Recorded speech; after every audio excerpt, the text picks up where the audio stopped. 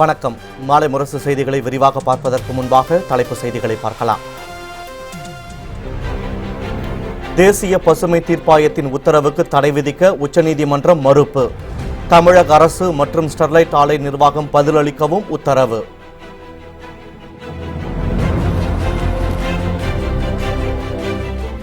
Sterlite ஆலையை திறக்க உச்சநீதிமன்றம் உத்தரவிடவில்லை என மதிமுக பொதுச் செயலாளர் வைகோ பேட்டி. தமிழக அரசு கொள்கை முடிவெடுக்க வேண்டுமெனவும் வலியுறுத்தல். ஸ்டெர்லைட் விவகாரத்தில் தமிழக அரசின் நிலைப்பாடு என்னவென்று மு.க. ஸ்டாலின் கேள்வி. மீண்டும் மறுசீராய்வு மனு தாக்கல் செய்யப்பட்டு ஆலையை மூட நடவடிக்கை எடுக்கப்படும் என அமைச்சர் தங்கமணி பதில். பிளாஸ்டிக் தடைக்கு கண்டனம் தெரிவித்து சட்டமன்றத்தை முற்றுகையிட முயற்சி. விக்ரமராஜா உள்ளிட்ட வணிகர் சங்கத்தினர் கைது.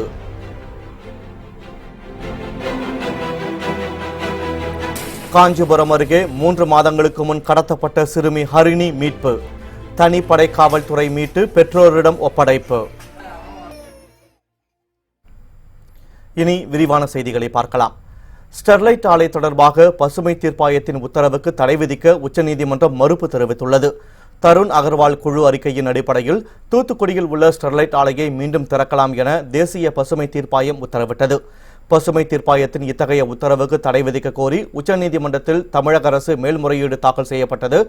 மேலும் ஸ்டெர்லைட் ஆலையை திறக்க தடை விதித்து உயர்நீதிமன்ற மதுரை கிளை பிறப்பித்த உத்தரவுக்கு எதிராகவும் ஆலை நிர்வாகம் தரப்பில் உச்சநீதிமன்றத்தில் மனு அளிக்கப்பட்டது. இந்த நிலையில் இந்த வழக்குகளை விசாரித்த உச்சநீதிமன்றம் பசுமை தீர்ப்பாயத்தின் உத்தரவுக்கு தடை விதிக்க மறுத்துவிட்டது. மேலும் உயர்நீதிமன்ற கிளை பிறப்பித்த உத்தரவை நிறுத்தி வைக்கவும் உச்சநீதிமன்றம் உத்தரவிட்டது. இந்த வழக்கு தொடர்பாக தமிழக அரசு மற்றும் ஸ்டெர்லைட் ஆலை நிர்வாகம் பதிலளிக்கவும் உச்சநீதிமன்றம் உத்தரவிட்டுள்ளது. ஸ்டெர்லைட் ஆலையை திறக்க உச்சநீதிமன்றம் உத்தரவிடவில்லை என மதிமுக பொதுச் செயலாளர் வைகோ தெரிவித்துள்ளார். டெல்லியில் செய்தியாளர்களுக்கு பேட்டியளித்த அவர் ஸ்டெர்லைட் வழக்கில் தன்னையும் சேர்த்துக் கொள்ள உச்சநீதிமன்றம் அனுமதி அளித்துள்ளதாக கூறினார். உச்சநீதிமன்றம் ஸ்டெர்லைட் ஆலையை இயங்கலாம் என்று கூறவில்லை என்றும் ஸ்டெர்லைட் செயல்பட தமிழக அரசு பரிசீலிக்கலாம் என்று தான் சொல்லியதாகவும் தெரிவித்தார். ஸ்டெர்லைட் விவகாரம் தொடர்பாக தமிழக அரசு கொள்கை முடிவு எடுக்க வேண்டும் என்றும் வைகோ வலியுறுத்தினார். நானே வாதாடுகிறேன், நானே வழக்கு தொடுத்திருக்கிறேன் என்று சொன்னேன். என்னுடைய வழக்கு எண்ணையும் குறிப்பிட்டேன் 913 என்று. ஆகவே என்னுடைய மேல்முறையீட்டையும் இந்த வழக்கிலே சேர்த்துக் கொள்ள சொல்லிவிட்டார். எனக்கு பெரிய வெற்றி, பெரிய மகிழ்ச்சி.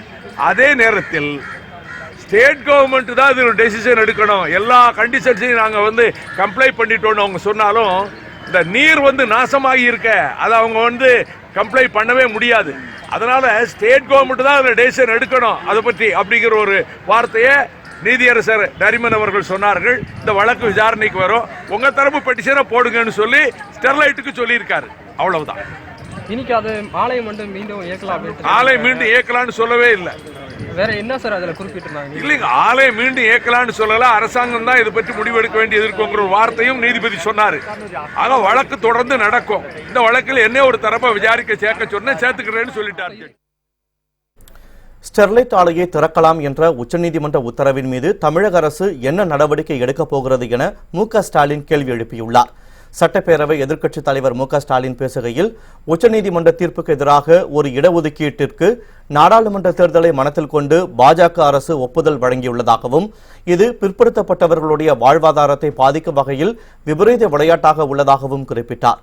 இந்த இடஒதுக்கீட்டை ஆணித்தரமாக நின்று தமிழக முதலமைச்சர் திரும்ப பெற நடவடிக்கை மேற்கொள்ள வேண்டுமெனவும் பெரியார் அண்ணா வகுத்து தந்த வழியில் மத்திய அரசுக்கு எதிராக ஒரு தீர்மானத்தை கொண்டு வர வேண்டும் என்றும் மு.க. ஸ்டாலின் வலியுறுத்தினார். ஸ்டெர்லைட் ஆலையை திறக்கலாம் என உச்சநீதிமன்றம் தீர்ப்பளித்துள்ளதை சுட்டிக்காட்டி பேசிய மு.க. ஸ்டாலின் இதன் மீது தமிழக அரசு என்ன நடவடிக்கை எடுக்கப் போகிறது எனவும் கேள்வி எழுப்பினார்.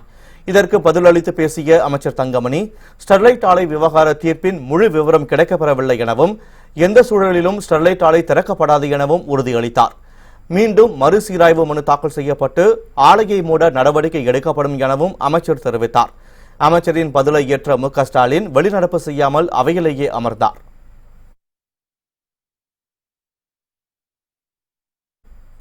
தமிழக சட்டப்பேரவை கூட்டத்தொடரின் கேள்வி நேரத்தின் போது சட்டப்பேரவை உறுப்பினர்களின் கேள்விகளுக்கு அமைச்சர்கள் பதில் அளித்து பேசினர். நடப்பாண்டின் முதல் சட்டப்பேரவை கூட்டத்தொடரின் இறுதி நாளான இன்று பரபரப்பாக நடைபெற்று வருகிறது.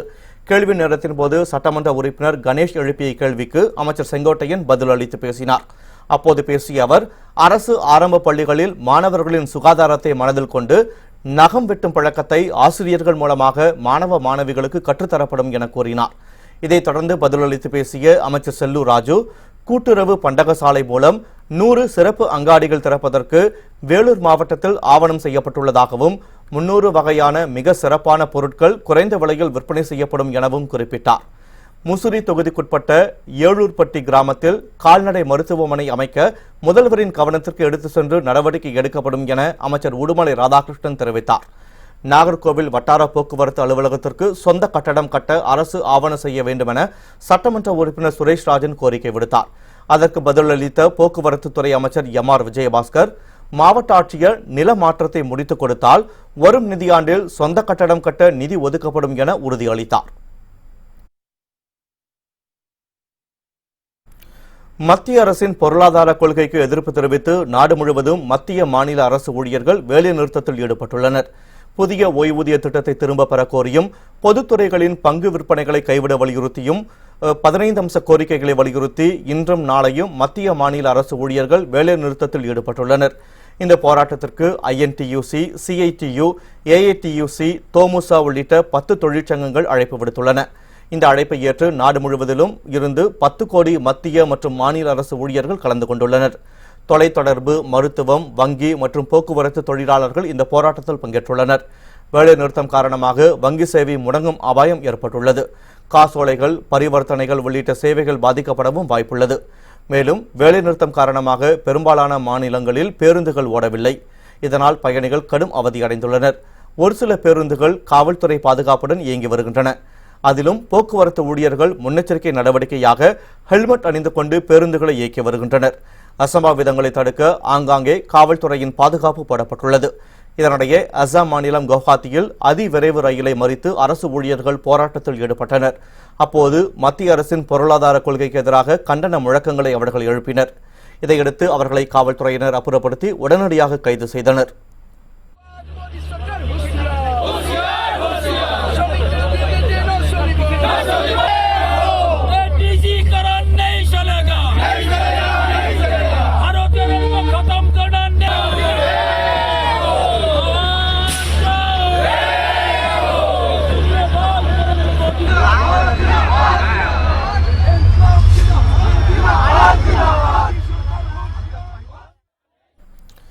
இதேபோல் மேற்கு வங்க மாநிலம் ஹவுராவில் தண்டவாளத்தில் நின்று கொண்டு மத்திய அரசு ஊழியர்கள் போராட்டத்தில் ஈடுபட்டனர்.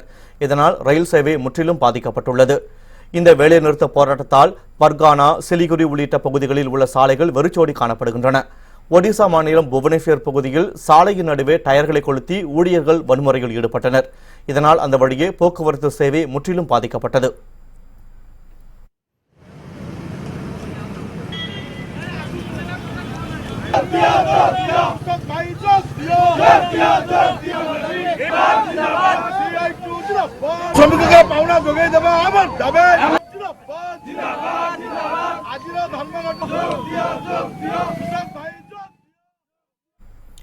மத்திய அரசுக்கு எதிரான நாடு தழுவிய வேலைநிறுத்தம் காரணமாக தமிழக, கர்நாடக எல்லையில் பேருந்து சேவை நிறுத்தப்பட்டதால் பயணிகள் அவதியடைந்துள்ளனர். புதிய ஓய்வூதிய திட்டம் உள்ளிட்ட 15 அம்ச கோரிக்கைகளை வலியுறுத்தி தமிழகம் முழுவதும் மத்திய மாநில அரசு ஊழியர்கள் வேலைநிறுத்தத்தில் ஈடுபட்டனர். இதனால் வங்கிகள் அனைத்தும் மூடப்பட்டுள்ளன. பெரும்பாலான கடைகளும் அடைக்கப்பட்டுள்ளன. போராட்டம் காரணமாக சத்தியமங்கலம் வழியாக பெங்களூருக்கு இயக்கப்பட்டு வந்த தமிழக பேருந்துகள் எல்லையில் நிறுத்தப்பட்டுள்ளன. இதேபோல் தமிழகத்திற்கு வரும் கர்நாடக பேருந்துகளும் எல்லையில் நிறுத்தப்பட்டுள்ளன. தமிழகத்திலிருந்து கேரளா செல்லும் பேருந்துகளும் தமிழக எல்லையான கன்னியாகுமரி மாவட்டம் களியக்காவிளையில் நிறுத்தி வைக்கப்பட்டுள்ளன. இதனால் பயணிகள் கடும் அவதிக்குள்ளாகியுள்ளனர். அதே நேரத்தில் சென்னை, திருப்பூர் உள்ளிட்ட மாவட்டங்களில் வழக்கம் போல் பேருந்துகள் இயக்கப்படுகின்றன. ஆனால் ஆட்டோ ஊழியர்கள் 2 நாள் வேலைநிறுத்தத்தில் பங்கேற்போம் என தெரிவித்துள்ளனர். அதிகாலையில் மட்டுமே அவர்கள் ஆட்டோக்களை இயக்குகின்றனர். என் பேர் ரியாஸ். நான் வண்ணாரப்பேட்டிலேருந்து வரேன். இன்றைக்கி இந்த மாதிரி பஸ்ஸெல்லாம் ஸ்ட்ரைக்குன்னு சொல்லியிருக்காங்க. ஆனால் பார்த்தோன்னா ஓரளவுக்கு ஃப்ரீயாக தான் இருக்குது பஸ்ஸெல்லாம். அது மாதிரி ஃப்ரீயாக தான் பஸ்ஸெல்லாம் வருது. ஒன்றும் பிரச்சனை இல்லை. நான் காலேஜுக்கு நல்லா தான் போயிட்டுருக்கேன். ஆட்டோலாம் ஓட்டுறதுக்கு ஐடியா இல்லை, ஓட்ட மாட்டோம். ஏன்னா ஒட்டுமொத்தமே நாடு பாதிக்கப்பட்டிருக்கு. எல்லா தொழிலும் எடுத்தாலும் பாதிப்பு. அதில் நாங்கள் ஆட்டோ தொழிலும் ரொம்ப பாதிக்கப்பட்டிருக்கோம். அது மெயினாக ஆட்டோ தொழில் பாதிக்கப்பட்டு ஓலா ஊப்பரால் நம்ம 2 நாள் வேலைன்றதில் பங்கேற்றுக்கிறோம். வண்டி ஓட்ட மாட்டோம். இது சென்னை எக்மூர். சென்னை எக்மூரில் வந்து ஒரு 300 ஆட்டோ இருக்குது. உள்ளே வந்து 100 ஆட்டோ இருக்குது, வெளியில் 200 ஆட்டோ இருக்குது. நான் எந்த ஆட்டோவும் ஓட்ட போகிறதில்ல. இதனிடையே சென்னை அண்ணா சாலையில் அகில இந்திய வங்கி ஊழியர் சம்மேளன பொதுச் செயலாளர் வெங்கடாசலம் தலைமையில் போராட்டம் நடைபெற்றது. இதில் 300க்கும் மேற்பட்ட வங்கி ஊழியர்கள் கலந்து கொண்டனர். இன்றைக்கு இந்தியா முழுவதும் இருக்கக்கூடிய 15-20 கோடி தொழிலாளி வர்க்கம் இன்றைக்கு போராட்டத்தில் இறங்கி இருக்கின்றோம். அதன் பகுதியாக வங்கி இன்சூரன்ஸ் துறையிலும் இந்த வேலை நிறுத்தத்தை நடத்திக்கிட்டு இருக்கிறோம். பொதுவாக இருக்கக்கூடிய 12 அம்ச கோரிக்கை: விலைவாசியை கட்டுப்படுத்த வேண்டும், வேலை இல்லா திண்டாட்டத்தை குறைக்க வேண்டும், அனைவருக்கும் வேலை, குறைந்தபட்ச ஊதியம் 18,000, அனைவருக்கும் ஓய்வூதியம், குறைந்தபட்சமாக இன்றைக்கு உதிரி தொழிலாளிகளுக்கு பாதுகாப்பு இல்லா தொழிலாளர்களுக்கு சட்டம் இயற்ற வேண்டும், தொழிற்சங்க பதிவு செய்வதற்கான உறுதி செய்ய வேண்டும். இது போன்ற பல நியாயமான கோரிக்கைகளை வச்சு போராடிக்கிட்டு இருக்கிறோம். புதுச்சேரியில் மத்திய அரசை கண்டித்து மத்திய மாநில அரசு ஊழியர்கள் வேலைநிறுத்தத்தில் ஈடுபட்டுள்ளதால் பொதுமக்களின் இயல்பு வாழ்க்கை பாதிக்கப்பட்டுள்ளது. தனியார் பேருந்துகள், ஆட்டோக்கள் இயக்கவில்லை. வர்த்தக நிறுவனங்களும் மூடப்பட்டுள்ளன. அசம்பாவிதங்கள் நடைபெறாமல் இருக்க புதுச்சேரி முழுவதும் காவல்துறையினர் பாதுகாப்பு பணியில் ஈடுபட்டுள்ளனர். அனைத்து எஸ்பிக்களும் பாதுகாப்பு பணியில் ஈடுபடுத்தப்பட்டுள்ளனர். காலையில் இப்போது கவர்மெண்ட் பஸ் ஸ்டாண்டில் கவர்மெண்ட் பஸ்லாம் போயிட்டு இருக்குது, பாதுகாப்புடன் இயக்கப்படுகின்றன. பொதுமக்களுக்கு எந்தவித இடையூறும் இல்லாமல் அனைத்து விதமான பாதுகாப்பு ஏற்பாடுகளும் புதுச்சேரியில் ஏற்படுத்தப்பட்டுள்ளது. பிளாஸ்டிக் தடைக்கு கண்டனம் தெரிவித்து சட்டமன்றத்தை முற்றுகையிட முயன்ற விக்ரமராஜா உள்ளிட்ட வணிகர் சங்கத்தினர் கைது செய்யப்பட்டுள்ளனர். தமிழ்நாடு வணிகர்கள் சங்கங்களின் பேரமைப்பு சார்பில் தலைமை செயலகத்தை முற்றுகையிடும் போராட்டம் சென்னையில் நடைபெற்றது. இந்த போராட்டத்திற்கு பேரமைப்பு தலைவர் விக்ரமராஜா தலைமை தாங்கினார். அப்போது பேசிய அவர் பிளாஸ்டிக் பொருட்களுக்கு தடை உத்தரவு பிறப்பித்த தமிழக அரசுக்கு கண்டனம் தெரிவித்தார். மேலும் இந்த தடை உத்தரவை திரும்பப் பெற வேண்டும் என்பதை வலியுறுத்தி சட்டப்பேரவையை முற்றுகையிடப் போவதாகவும் அவர் குறிப்பிட்டார்.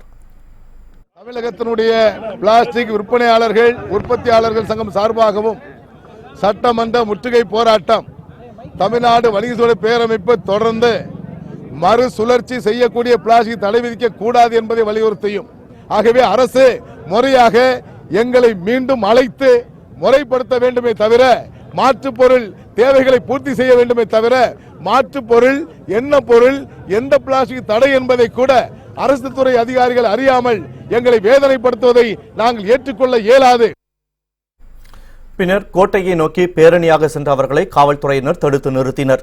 ஆனால் தடையை மீறி சென்ற அவர்கள் அனைவரையும் காவல்துறை கைது செய்தது.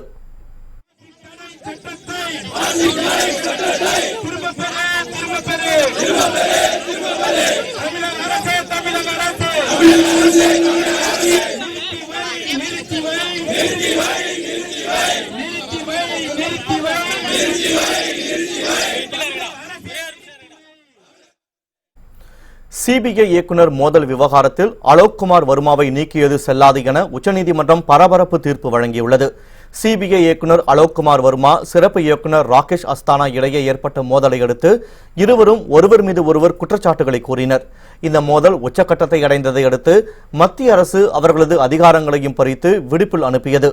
சிபிஐயின் இடைக்கால தலைவராக இணை இயக்குனர் நாகேஸ்வர ராவை நியமித்தது.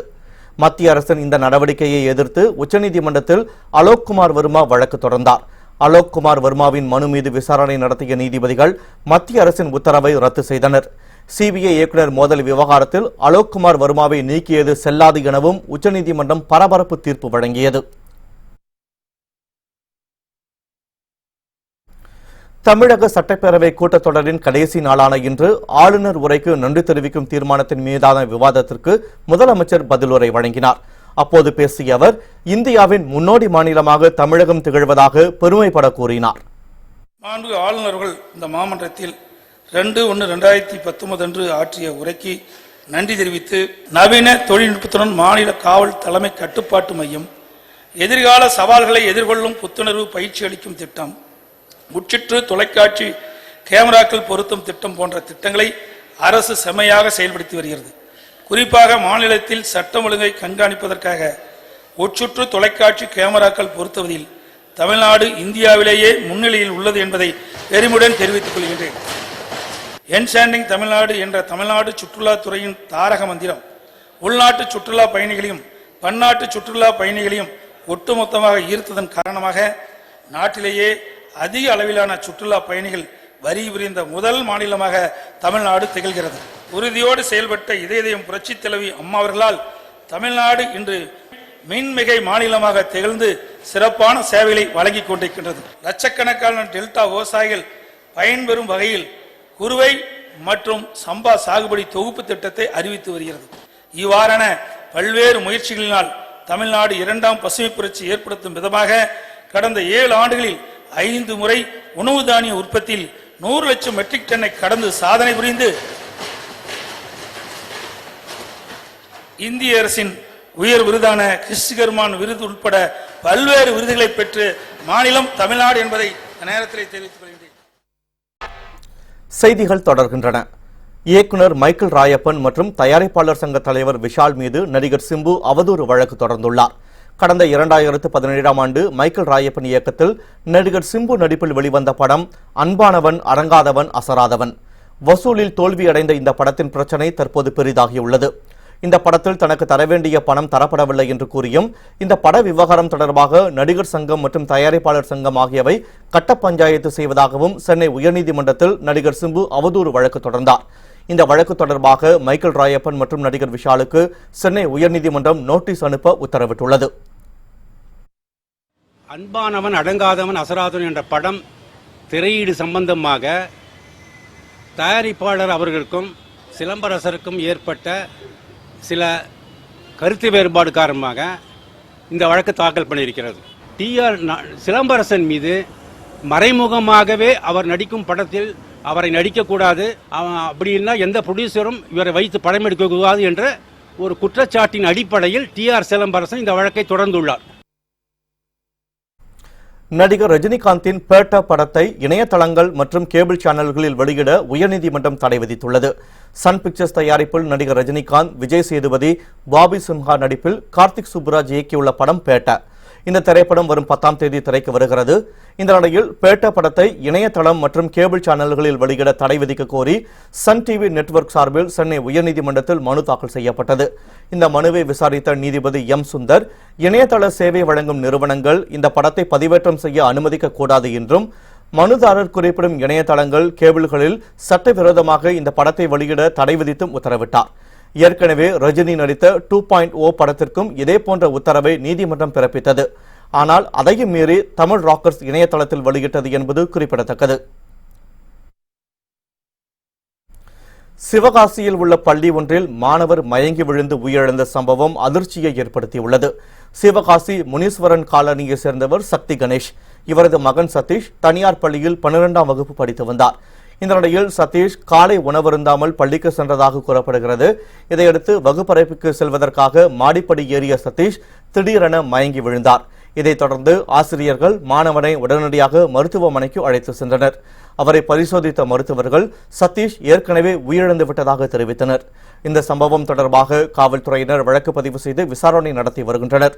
பள்ளிக்கு சென்ற மாணவர் மயங்கி விழுந்து உயிரிழந்த சம்பவம் அந்த பகுதி மக்களிடையே அதிர்ச்சியை ஏற்படுத்தியுள்ளது.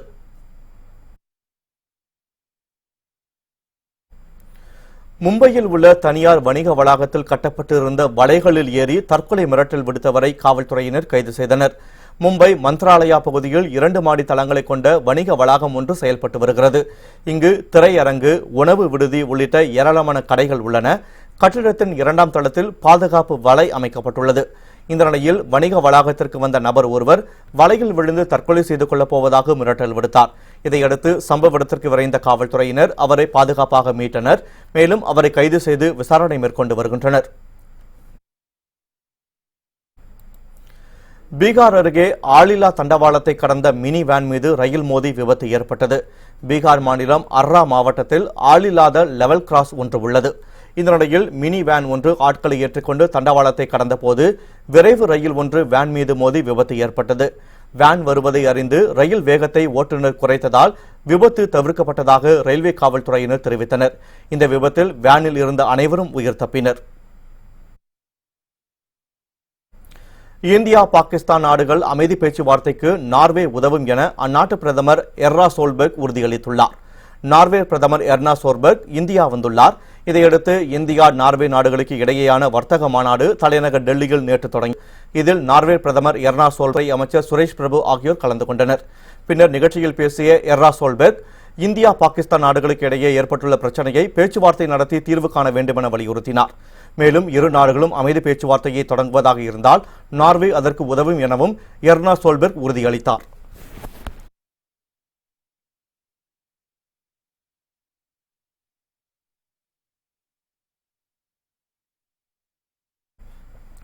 தலைநகர் டெல்லியில் நிலவி வரும் கடும் பனிமூட்டம் காரணமாக ரயில் மற்றும் விமான சேவைகள் கடுமையாக பாதிக்கப்பட்டுள்ளன.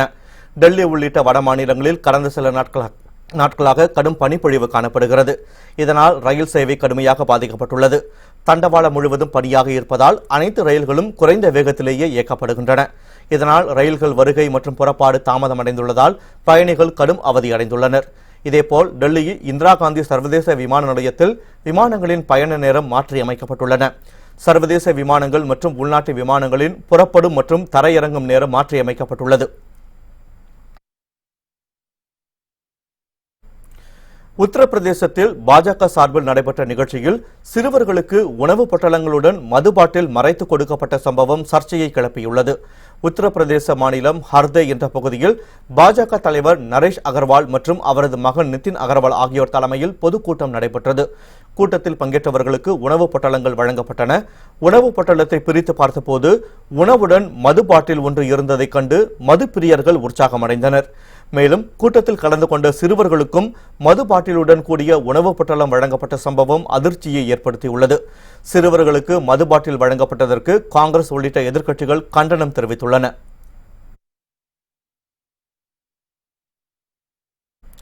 ஹிமாச்சல பிரதேசம் முழுவதும் கடும் பனிப்பொழிவு காணப்படுவதால் முஃப்தி நர்காண்டா தேசிய நெடுஞ்சாலை மூடப்பட்டுள்ளது. பனிக்காலம் தொடங்கியதிலிருந்து ஹிமாச்சல பிரதேச மாநிலம் முழுவதும் கடும் பனிப்பொழிவு காணப்படுகிறது.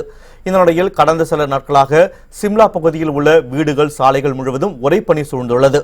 இதனால் அந்த பகுதி முழுவதும் வெள்ளை போர்வை போர்த்தியது போல் காட்சியளிக்கிறது. சாலைகளில் தேங்கியுள்ள பனிகளை அகற்றும் பணியில் நகராட்சி ஊழியர்கள் ஈடுபட்டுள்ளனர். வழக்கத்திற்கு மாறாக அதிக பனிப்பொழிவு காணப்படுவதால் பொதுமக்கள் வீடுகளிலேயே முடங்கியுள்ளனர். ஒரே பனி சூழ்ந்திருப்பதால் முஃப்தி நர்காண்டா இடையேயான தேசிய நெடுஞ்சாலை 2வது நாளாக மூடப்பட்டுள்ளது. இதனால் வாகன ஓட்டிகள் மிகவும் சிரமமடைந்துள்ளனர்.